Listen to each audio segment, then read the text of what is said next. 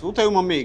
શું વિચારો છો? નહીં નહીં બેટા, જો ને આ માથું નથી ઉતરતું, માથું બહુ દુખે છે. અરે હું દબાવી આપું? ના ના, તો મીરા દબાવી આપશે ને. મીરા, મમ્મીને માથું દુખે છે, થોડો બામ લગાવી આપજે ને પ્લીઝ. તમે મારું ગળું દબાવી આપો ને એટલે કામ પતે. શું છે પણ? શું થયું? કેમ આટલો ગુસ્સો કરે છે? તો શું કરું? ગુસ્સો જ કરું ને. ઘરમાં કઈ વસ્તુ પૂરી હોય નહીં, રોજ ઉઠીને પાડોશીના ઘરે માંગવા જવાનું, અને માંગવા જઈએ એટલે જીવ બળતરા કરવાની. સાંભળ, મેં તને કોઈ વસ્તુની ના નથી પાડી.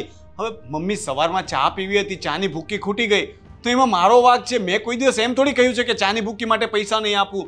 જે પણ ઘર વખરીની વસ્તુ લેવાની હોય તમે મને કહી દો છો તો લાવી આપું છું, અથવા તો તમને પૈસા આપીને જઉં છું. એમાં આટલી બધી શું કામ ગુસ્સે થાય છે? વાત ભૂકીની નથી રોનક. તો પછી શું છે, શું જોઈએ છે? તું મને લિસ્ટ મોકલી આપજે, હું સાંજે આવીશ ને ત્યારે લેતો આવીશ. બસ ઠીક છે, તો મારા માટે સાંજે આવો ને એટલે ગોલ્ડનું બ્રેસલેટ લેતા આવજો. હે? શું કીધું? ફરીથી બોલ.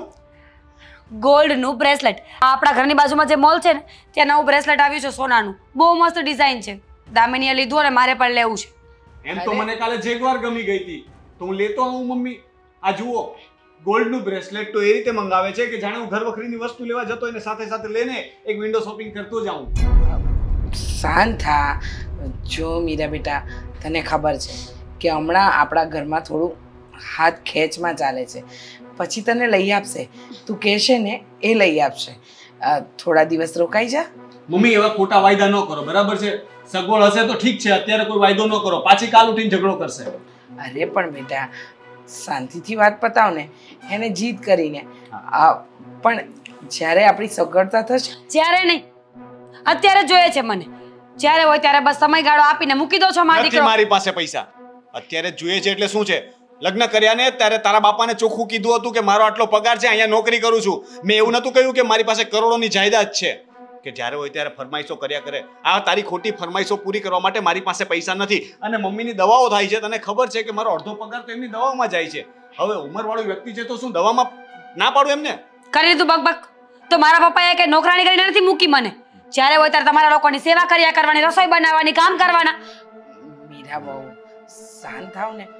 ખોટા શું કામ? તો એને સમજાવો ને. તમે પણ હર વખત મને જ સલાહ આપો છો. ઘરના કામ કરવાથી કોઈ નોકરાણી નથી બની જતું. હા, તો પત્નીઓની આશા પૂરી કરવાથી કોઈ પણ નોકર ન બની જાય કે કોઈ એનો ગુલામ ન બની જાય. પણ મેં ના નથી પાડી, પણ તું આવી રીતે અચાનકથી સવારમાં ઉઠીને આવે અને કહે કે મારે બ્રેસલેટ લેવું છે. હવે તને રાતના સપનું આવે તો સવારે હું પૂરું ના કરી શકું ને મીરા. અને તું કહે છે કે મારે તો હમણાં ને હમણાં આજે ને આજે જ જોઈએ છે, તો ક્યાંથી લાવું? તું સમજવાની કોશિશ તો કર. હા, થોડો સમય આપ ને, પછી લઈ આપશે તને રોનક તારું મનપસંદ બ્રેસલેટ. તમારે જે કરવું એ કરો. જાવ અહીંયાથી.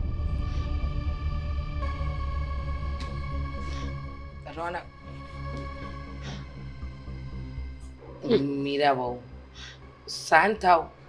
ખોટો ગુસ્સો કરીને શું ફાયદો?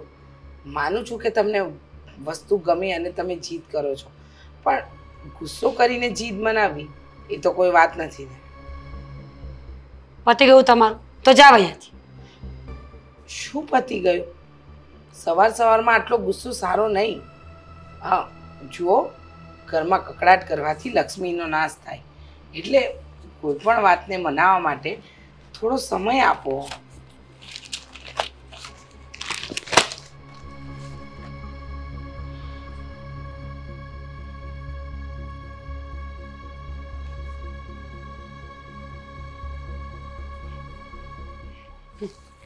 સમય સમય સમય, આખી જુવાની સમયમાં જ વહી જશે મારી.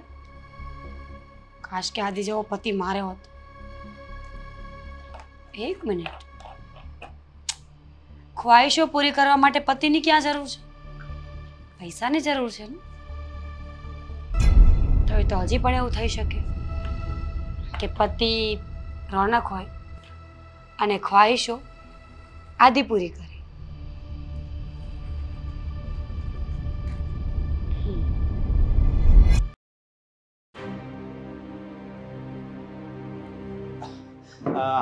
આદિત્ય, જરાક આમાં સાઇન કરી આપજો ને પ્લીઝ. એના ડોક્યુમેન્ટ છે. અરે આ પેલું કોટેશન મોકલવાનું છે ને આપણે નવા પ્રોજેક્ટ માટે, તો એના માટેના ડોક્યુમેન્ટ્સ છે. સાઇન કરવું નથી, બેસ ને. આની શું જરૂર હતી? એટલે મારી સાઇનની શું જરૂર છે? એ લોકોની હા છે. ના એ તો હજુ મોકલ્યા પછી નક્કી થશે ને, તો હું મેલ કરી દઉં અત્યારે. હા મેલ કર દે ને. હા એ લોકો પછી આગળ વાત કરશે ત્યારે સહી કરી આપીશ. હા એટલે અત્યારે એમ પણ ડોક્યુમેન્ટેશનની જરૂર નથી, પણ મને એમ કે ફિઝિકલ કોપી મોકલીએ તો એમાં તો સિગ્નેચર જોઈએ ઓથોરાઇઝ પર્સનની, એટલા માટે તમારી સાઇન કરાવવાની હતી. બટ ઓકે, હું મોકલી આપીશ. કઈ વાંધો નહીં. અને સાંભળ, હાજી. આ તું કામમાં બહુ ધ્યાન આપે છે ખરેખર. Thank you. Thank you. એમાં થેન્ક યુ શું કહેવાનું, હું તો મારી ફરજ નિભાવું છું. આપણે બધા પોતપોતાનું કામ કરીએ છીએ અને કામ કરશું તો જ ગ્રોથ મળશે ને. તો કહીશ આજે કેમ લેટ આવ્યો? કામમાં તો બહુ ધ્યાન આપે છે. હા હવે આદિભાઈ, હવે મારે તમને શું કહેવું, તમે તો મારી પાડોશમાં જ રહો છો એટલે તમારાથી કદાચ હું છુપાવીશ તો પણ બધું છુપાશે તો નહીં. આ મીરાના લીધે લેટ થયું. અચ્છા. ઘરનો પ્રશ્ન. ઘરનો પ્રશ્ન એટલે તમે વાત જવા દો. દરરોજ ઉઠીને નવી ફરમાઈશ કરે છે ને મારી આટલી સેલેરીમાં હું એની બધી ફરમાઈશો પૂરી કરી શકું એવું તો પોસિબલ નથી. થઈ જશે ભાઈ. હા થઈ જશે. આટલી બધી ચિંતા કરવાની જરૂર નથી. અને તું આટલું કામમાં ધ્યાન આપે છે, થોડું ઘરમાં પણ ધ્યાન આપ એટલે બધું સોલ્વ થઈ જાય. અરે હું ધ્યાન આપું છું, પણ હવે એ સવારે ઉઠીને અચાનકથી મને કહે કે મારે સોનાની કોઈ વસ્તુ જોઈએ છે, તો હું ક્યાંથી લાવીને આપું? સોનાની વસ્તુ પરથી યાદ આવ્યું મને. હા છે ને, આજે સાંજે હું વહેલા જતો રહેવાનો છું, કારણ કે મારે દામિની માટે બ્રેસલેટ લેવા જવાનું છે. સોનાનું બ્રેસલેટ લેવા જવાના છો દામિની ભાભી માટે? હા બ્રેસલેટ ને? હા આપણા ઘર પાછળ પેલો મોલ છે ત્યાંથી જ ને? હા ભઈલા.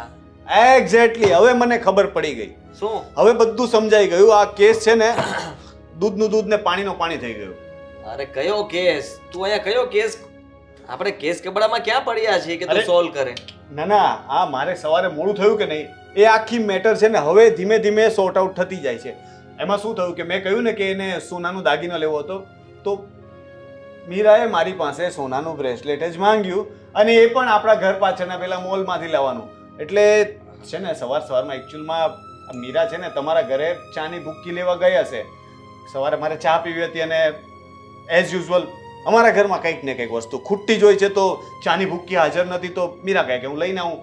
હવે મને શું ખબર કે ક્યાં ગઈ છે, તમારા ઘરે ગઈ હશે ને કદાચ દામિની ભાભી સાથે વાત થઈ હશે કે હું નવું બ્રેસલેટ લેવાની છું. બસ આવીને તરત જ મને કહે કે મારે સોનાનું બ્રેસલેટ લેવું છે. સમજી ગયો. આ એટલા માટે થઈને ઘરમાં થોડીક બબાલ થઈ હશે, બોલાચાલી થઈ હશે. તે કહ્યું હશે, સમજાવ્યું હશે કે ભાઈ મારો પગાર ઓછો છે, તું આવી ડિમાન્ડ કરે સારી વાત ના કહેવાય. બધું જ સમજાઈ ગયું છે. એક્ઝેક્ટલી. પણ કઈ ક્રેડિટ કાર્ડ ઉપર લઈ લે, હપ્તા કરીને કઈ પણ કર ને, લઈ દે, બીજું શું હોય. ઓલરેડી હપ્તાઓ તો ભરું છું. હોમ લોનના હપ્તા ચાલુ છે, એને નવો મોબાઈલ લઈ આપ્યો એનો હપ્તો ચાલુ છે, ઘરમાં વોશિંગ મશીન વસાવ્યું એનો હપ્તો ચાલુ છે. હવે તો મારા હપ્તામાં બી હપ્તા કરાવવા પડે એવું છે. Best idea. તું છે ને એક કામ કર, હા સેમ પેટર્નનું ડુપ્લિકેટ કરાવી લે, કે જે ગોલ્ડનું છે જ્યાંથી એ લાવીએ ત્યાંથી જ લાવ્યો, સરખાવી જોજે. આદિભાઈ અત્યારે તો ઝઘડો થયો છે, લાગે છે તમે મારા છૂટાછેડા કરાવીને રહેશો. તમે મીરાને ઓળખતા નથી, અને એ બંને ભેગી થશે એટલે કે તમારી વાઈફ અને મીરા બંને સરખાવશે, અને જરાક પણ હા હોલમાર્કનો સિક્કો ક્યાંથી લાવશે એ પણ ખોટો મરાવું, ફ્રોડનો કેસ બનશે. એ વાત પણ હા સાચી. બંને બાજુમાં મૂકશે અને કહેશે કે લે મારામાં તો હોલમાર્કનો સિક્કો જ નથી. પછી કહી દે થોડોક સમય ખમી જાય પછી બનાવી આપજે, બીજું શું. કહ્યું, બધું જ કહ્યું, પણ આ સ્ત્રી અર્થની પાસે તો છે ને કોઈનું કંઈ આવતું નથી. સાંભળો ને, તમે કંઈ હમણાં બીજું તો નવું વસાવવાના નથી ને, કે વસાવ્યું નથી ને? આ મને ખબર પડે કઈ વાત થઈ હોય તો. કાર લેવાનો છે એટલે બુક તો કરાવી દીધી છે, બસ આવે એટલી વાર છે. ભગવાન કરે ને મીરાને આ વાત ખબર ન હોય, નહીંતર ગમે તેમ કરીને મારું બાઇક વેચાવડાવીને કાર લેવડાવશે. હા નસીબ અપના આપના. હા જો માનું છું કે થોડી તકલીફમાં હોઈએ અને પછી બધો પ્રોબ્લેમ થઈ શકે, પણ જો બધું થઈ જશે, તું ચિંતા નહીં કર. હા કેવું છે કે આદિભાઈ, લોકોને છે ને જિંદગીમાં તકલીફો તો આવતી હોય છે અને it's a part of life, પણ મારે તો કેવું છે કે તકલીફોમાં ક્યારેક ક્યારેક જિંદગી આવે છે, કે આટલી તકલીફો ઓછી હોય. હવે થોડા ટાઈમ પહેલા પપ્પાનું અવસાન થયું, એમની વિધિઓ પતાવી, એમાં ખર્ચો સારો એવો કર્યો. મમ્મીની દવામાં ખર્ચો થાય છે સારો, એમાં મારે દર મહિને પગાર મારો અડધા આસપાસ ક્યારેક ક્યારેક તો વપરાઈ જાય છે. એમાં મીરાની આવી ડિમાન્ડો ચાલુ હોય છે. એટલે મારા માટે તો હું કંઈ લઈ જ નથી શકતો. મારે તો નાની એવી ખરીદી કરવી હોય તો એના માટે બચત કરવી પડે છે. એટલે કહું છું ને કે પ્રોબ્લેમની અંદર થોડીક જિંદગી ક્યારેક મારા માટે બચે તો જીવું છું. હા સમજી ગયો છું રોનક. ખરેખર તારી વાતો સાંભળીને મને પણ એમ લાગવા લાગ્યું છે કે હું પણ દુઃખી છું. છોડ કઈ નહીં, તું મેલ કરી દે ફટાફટ. લે આ લેપટોપ હું મેલ કરતા હું. હા આમાંથી કોટેશન જોઈ લઈશ.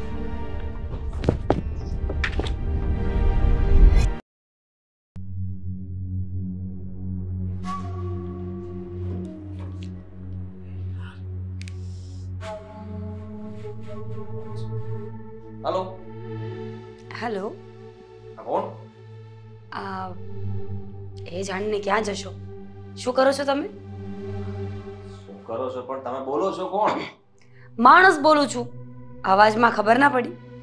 ના, કદાચ બની શકે કે કોઈ જનાવર પણ આપણી ભાષા શીખી ગયું હોય. બની શકે. તમારા જેવા માણસો આ દુનિયામાં હોય ને તો મૂંગા લોકો પણ બોલતા થઈ જાય.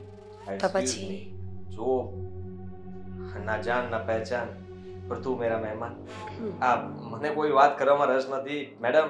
આ તમે કોઈ સ્ટોક માર્કેટથી જો ફોન કર્યો હોય તો આ તમારી નવી સ્કીમ સારી હતી કે જાણી જોઈ અને પછી આ સામેવાળા વ્યક્તિને ફસાવવા. Thank you so much. હા ફોન નહીં કટ કરતા. વળી પાછો મારે તમને ફોન કરવો પડશે. હું કામમાં છું. જુઓ તમે પ્લીઝ મને ડિસ્ટર્બ નહીં કરો. તમારે જે કામ હોય સીધે સીધું બોલી દો એટલે મને ખબર પડે. તમે આદિત્ય બોલો છો ને? ના ના, હું આદિત્ય બોલું છું. ખબર છે મને. તો હા વાત તમારો કઈ સાંભળ્યો એવું લાગે છે. સાચું બોલો ને, કોણ બોલો છો તમે? તમે અવાજ ઓળખી ગયા છો તો થોડી કોશિશ તો કરો. આ કોઈ પણ વાતમાં છે ને એફર્ટ્સ નાખવા જોઈએ માણસે કે સામે કોણ છે, શું કામ ફોન કર્યો છે, શું વાત કરવી છે, જાણો તો ખરો. ગુસ્સો આવે છે મને કોઈ શોખ નથી આવો ટાઈમ પાસ કરવાનો. અને તમે જો મારી મસ્તી ઉડાવવા માંગતા હોય તો તમે ખોટી જગ્યાએ ફોન કર્યો. હા બિલકુલ નહીં. તમારી મસ્તી ઉડાડવા માટે ફોન નથી કર્યો. તો હું પણ મારી લાઈફમાં એટલી બિઝી છું કે કોઈ માટે સમય કાઢવા માટે પણ સમય નથી. અચ્છા જી, તો તમે તમારી બિઝી લાઈફમાંથી સમય કાઢીને મને કેમ ફોન કર્યો? Because I like you. X શું બોલો છો? આ બરાબર જ બોલું છું આદિત્ય.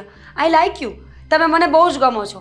આ કેટલા દિવસથી કોશિશ કરતી હતી કે આજે ફોન કરું, કાલે ફોન કરું, આજે ફોન કરું, પણ સાચું કહું તો હિંમત નહોતી ચાલતી. અને આજે વિચાર કર્યો કે હવે તો ફોન કરવો જ પડશે. આજ પછી બીજી વાર ફોન નહીં કરતા. હા, આજે કર્યો એ કર્યો, નહીં તો કમ્પ્લેન કરી દઈશ તમારા નામની. અજાણ્યા નંબરમાંથી ફોન કરો છો, જરાય શરમ નથી આવતી તમને? તમે મને ઓળખતા નથી, હું તમને નથી ઓળખતો. ઓળખું છું તમને. તમને બરાબર ઓળખું છું. હું ઓળખું છું તમને. ખબર નહીં કે તમે મને નોટિસ કરતા હોય કે નહીં, પણ હું તમને નોટિસ કરું છું. પિસ્તા કલરનો શર્ટ પહેર્યો છે ને? ઓફિસે છો? તું છે ક્યાં? હા, મધમાખી તો નથી ને તું? હા, લેફ્ટ હેન્ડમાં જે બ્લેક કલરનું કડું પહેર્યું છે ને એ પણ હું જોઈ શકું છું. કતરાસ છે તારો. હે?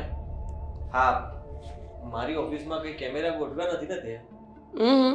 આટલું બધું ઘૂમી ફરીને જોવાની જરૂર નથી. તો પાકું થઈ ગયું. હા હા, મેં ઓફિસમાં અજાણ્યા માણસો આવ્યા હશે ને કદાચ તમારા પ્લાન પ્રમાણે બધું થઈ ગયું હશે સેટઅપ. જુઓ, મને બ્લેકમેલ કરવાની કોશિશ કરી રહ્યા છો. આદિ, આઈ એમ મીરા. ભાભી?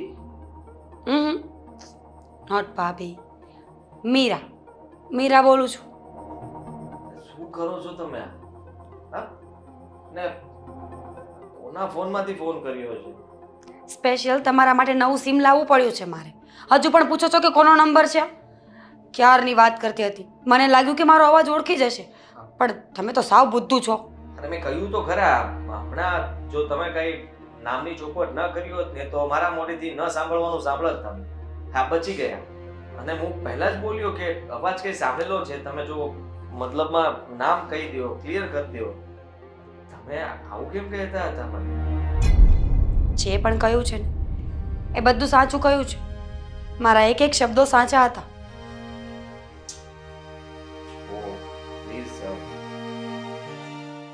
પણ લગ્ન થઈ ગયા છે અને મારા પણ, તમને ખ્યાલ છે ને? તો આપણે આવી રીતે વાત ન કરવી જોઈએ. કોણે કહ્યું કે લગ્ન થઈ ગયા હોય તો ફ્રેન્ડશિપ ન રાખી શકીએ, એકબીજાને મળી ન શકીએ, વાત ન કરી શકીએ? આપણે કંઈ ખોટું નથી કરતા. ઓકે, તો તો- મળીને જ વાત કરીએ ને. ફોનમાં વાત કરવી સહેજ માટે હાનિકારક છે. Exactly what I am saying. આ ફ્રી હોય તો મળીએ. હા, મળીએ. બાય.